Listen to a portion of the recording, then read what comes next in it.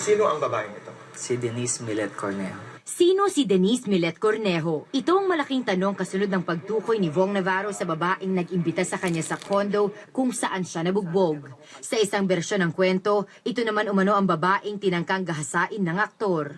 Sa Real Denise account sa Instagram, nilarawan bilang model, lasalyan at negosyante ang 22 anyos na si Denise.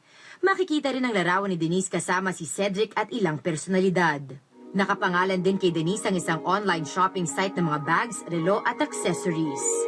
Sa pagsasaliksik ng ABS-CBN, nalaman namin mula sa Registrar's Office ng Lasal Antipolo na totoong estudyante nila si Denise sa kursong HRM pero hindi na raw ito naka-enroll ngayong semester.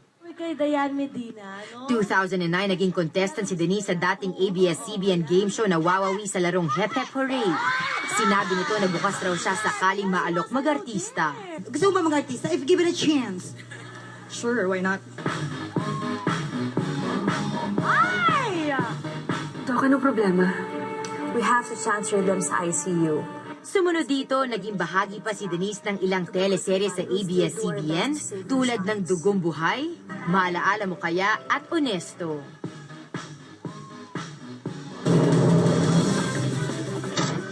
At abangan, panguhold